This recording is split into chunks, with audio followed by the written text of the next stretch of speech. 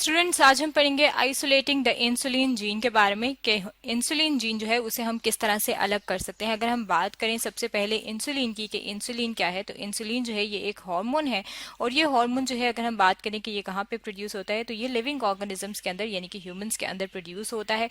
और ये यहाँ कहाँ पे प्रोड्यूस होता है? पेंक्रियाज में जो इसके आइसलेट्स ऑफ लैंगरहैंस हैं उनके बीटा सेल्स जो हैं ये इसे प्रोड्यूस करते हैं। अब पेंक्रियाज जो है इसके बारे में हमने अपनी लास्ट वीडियो में भी देखा है कि ये किस तरह से पेंक्रियाज जो है वो प्रोड्यूस करते हैं इंसुलिन को। अब अगर हम बात करें जीन की कि हम किस तरह से वो जीन जो है वो ह्यूमन बॉडी में से आइसोलेट कर सकते हैं, तो यहाँ पे हम अपने सामने ये प्रोसेस समझने के लिए अपने सामने हमने यहाँ पे एक फ्लो चार्ट बनाया हुआ है। यहाँ पे आप देख सकते हैं कि ये ह्यूमन पेंक्रियाज सेल दिखाए गए हैं और ये जो ह्यूमन पेंक्रियाज सेल है, सेल जो है वो बेसिक यूनिट है लिविंग ऑर्गेनिज्म का। और पेंक्रियाज सेल हम इसलिए ले रहे हैं क्योंकि पेंक्रियाज के जो बीटा सेल्स हैं वो प्रोड्यूस कर रहे होते हैं हार्मोन। अब सेल के अंदर जो है अगर हम बात करें तो न्यूक्लियस मौजूद होता है, जो यहाँ पे ब्लैक कलर के सर्कल में आपको दिखाया गया है। और न्यूक्लियस के अंदर डीएनए मौजूद होता है। और डीएनए क्या है? डीएनए जो है वो विरासती मादा है। अब अगर हम डीएनए की बात करें तो डीएनए का जब हम सेगमेंट लेते हैं तो सेगमेंट ऑफ डीएनए को क्या कहा जाता है? जीन कहा जाता है। यहाँ पे आप देख सकते हैं कि ये जो डीएनए है इसका हमने सेगमेंट काट लिया है। और ये जो सेगमेंट है अगर हम इसकी बात करें कि इसकी कटिंग जो है वो किस तरह से हमने सेगमेंट लिया है, तो इसके जो सेगमेंट है वो हम रिस्ट्रिक्शन एंजाइम्स की मदद से लेते हैं। अब अगर हम बात करें कि रिस्ट्रिक्शन एंजाइम्स जो हैं वो क्या है, तो रिस्ट्रिक्शन एंजाइम्स जो हैं इन्हें मॉलिक्यूलर सीजर्स भी कहा जाता है। यहाँ पे आप अपने सामने देख रहे हैं कि ये जो रेड कलर का इसके अंदर न्यूक्लियस के अंदर डीएनए था, इसे हमने यहाँ पे बड़ा करके दिखाया है। और ये जो इसका सेगमेंट है जहाँ पे ये सीजर्स कट रही हैं, ये जो रिस्ट्रिक्शन एंजाइम है इन्हें मॉलिक्यूलर सीजर्स कहा जाता है, क्योंकि ये जो डीएनए है, डीएनए के अंदर जो इनके न्यूक्लियोटाइड्स होते हैं जिनसे मिलकर डीएनए बना होता है, ये इन न्यूक्लियोटाइड के सीक्वेंस को एक खास जगह पे कट करते हैं। उन्हें रिकग्नाइज करने के बाद यानी कि पहचानने के बाद उनको एक खास जगह पे कट करते हैं। और जब कट कर लेते हैं तो हम वो डीएनए के सेगमेंट जो कटा होता है उसे कहते हैं कि ये जीन है। अब यहाँ पे क्या कर रहे हैं, ये जो रिस्ट्रिक्शन एंजाइम है ये क्या कर रहे हैं कि डीएनए में से जो वो सीक्वेंस है डीएनए का जो कि इंसुलिन मैन्युफैक्चर कर रहा है यानी कि इंसुलिन प्रोड्यूस कर रहा है, अब ये रिस्ट्रिक्शन एंजाइम्स हैं वो इसको काट रहे हैं।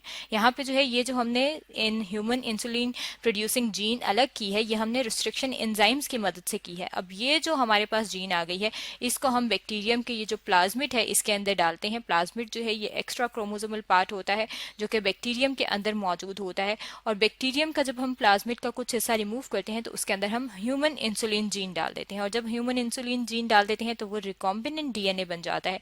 और ये रिकॉम्बिनेंट डीएनए जैसे जैसे बैक्टीरिया डिवाइड करता है, 1 से 2 होता है, तो ये जो प्लाज्मिड है ये भी रेप्लिकेट करता है यानी कि ये भी 1 से 2 होता है, अपनी कॉपीज प्रोड्यूस करता है।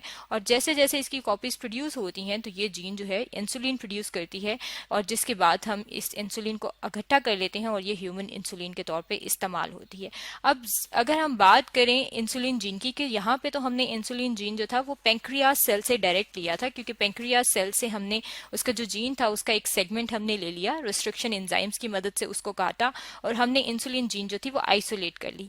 अब अगर हम बात करें कि कोई और तरीका कौन सा हो सकता है जिसके जरिए हम इंसुलिन जीन जो है वो उसको हासिल कर सकें, तो एक और जो तरीका है वो ये है कि जो ह्यूमन के जो पेंक्रियाज में जो इसके बीटा सेल्स हैं, अगर हम उसमें से एमआरएनए एक्सट्रैक्ट कर लें यानी कि एमआरएनए निकाल दें, जो कि एमआरएनए कहाँ पे मौजूद होता है? उन सेल्स के साइटोप्लाज्म के अंदर मौजूद होता है। अब अगर हम साइटोप्लाज्म की बात करें कि क्या है, तो यहाँ पे हमने अपने सामने ये पेंक्रियाज सेल दिखाए थे, ये न्यूक्लियस था और न्यूक्लियस में डीएनए मौजूद था जहां से पहले हमने जीन ली थी।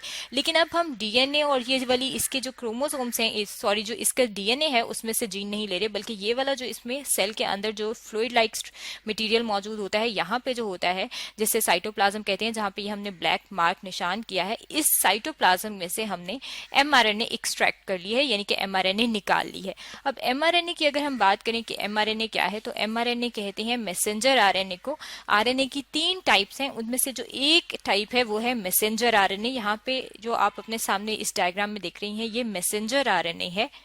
और ये मैसेंजर आरएनए जो है कब बनती है? जब जीन्स जो है अपनी इंफॉर्मेशन कोड करती हैं तो एमआरएनए सिंथेसाइज होती है और ये एमआरएनए जितने भी सेल्स होते हैं उनके अंदर मौजूद होती है। अब ये एमआरएनए जो है इससे हम एक डीएनए बनाएंगे और वो डीएनए जो है अगर हम उसकी बात करें कि कौन सा होता है, तो वो सी डीएनए होता है यानी कि कॉम्प्लीमेंट्री डीएनए होता है।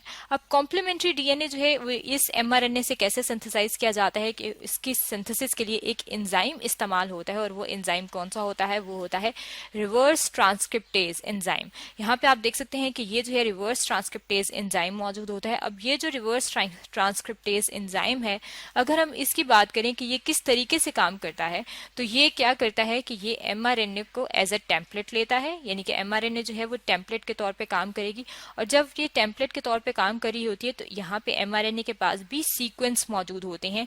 और अगर हम वो सीक्वेंस यहाँ पे लिख लें कि किस तरह से हैं, तो यहाँ पे ये स्टार्ट में आपको ए नजर आ रहे हैं।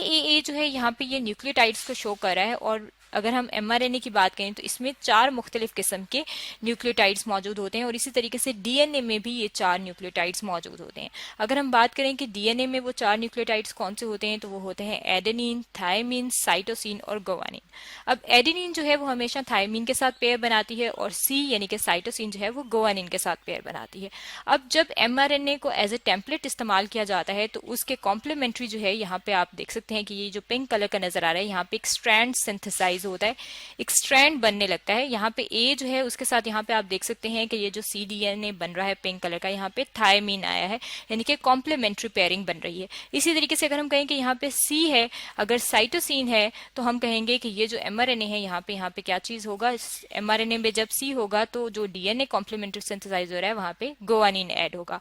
इसी तरीके से ये जो एमआरएनए का सीक्वेंस होता है, क्योंकि ये हमें मालूम होता है, तो इसके अकॉर्डिंग जो है रिवर्स ट्रांसक्रिप्टेज एंजाइम क्या करता है, कॉम्प्लीमेंट्री डीएनए सिंथेसाइज करता है। और ये जो कॉम्प्लीमेंट्री डीएनए प्रोड्यूस हो रहा है इस यहाँ पे, ये जो कॉम्प्लीमेंट्री डीएनए है इसका हम एक सेगमेंट लेते हैं। और जब हम कॉम्प्लीमेंट्री डीएनए का एक सेगमेंट ले लेते हैं तो वो भी जीन के तौर पे काम करती है। अब जब हम ये जीन के तौर पे ये cDNA जो है ये बना है, तो ये जो cDNA है इसका मतलब है कि ये इंसुलिन से रिलेटेड है, क्योंकि ये जो एमआरएनए का सीक्वेंस था ये हमने पेंक्रियास सेल से लिया था और ये इंसुलिन एमआरएनए थी। अब जब इसका cDNA बन रहा है तो वो भी इंसुलिन cDNA है, जैसा कि यहाँ पे आपको नजर आ रहा है। और ये इंसुलिन cDNA जो है ये बाद में हम इसी तरीके से प्लाज्मिड में डाल सकते हैं। और जब प्लाज्मिड में डल जाता है तो दोबारा से यही वाला जो प्रोसेस है वो रिपीट हो सकता है कि यहाँ पे ये cDNA आ गया और ये प्लाज्मिड दोबारा से हम बैक्टीरियम में डालते हैं। और बैक्टीरियम जैसे जैसे रेप्लिकेट करता है, ये प्लाज्मिड भी रेप्लिकेट करेगा, ये भी अपनी कॉपीज प्रोड्यूस करेगा। और जब ये कॉपीज प्रोड्यूस कर देगा तो हम कहेंगे कि इंसुलिन जीन जो है वो मल्टीप्लाई हो रही है, उसकी कॉपीज बन रही हैं और बाद में वो इंसुलिन प्रोड्यूस करती है। इसका मतलब है कि इंसुलिन जीन जो है वो हासिल करने के 2 तरीके हैं कि हम डायरेक्ट जो है वो जीन जो है वो बॉडी से वो भी निकाल सकते हैं, और अगर ये पॉसिबल ना हो तो हम क्या कर सकते हैं कि हम कॉम्प्लीमेंट्री डीएनए जो है वो भी सिंथेसाइज कर सकते हैं एमआरएनए लेके। तो स्टूडेंट्स, आज हमने पढ़ा है आइसोलेटिंग द इंसुलिन जीन के बारे में।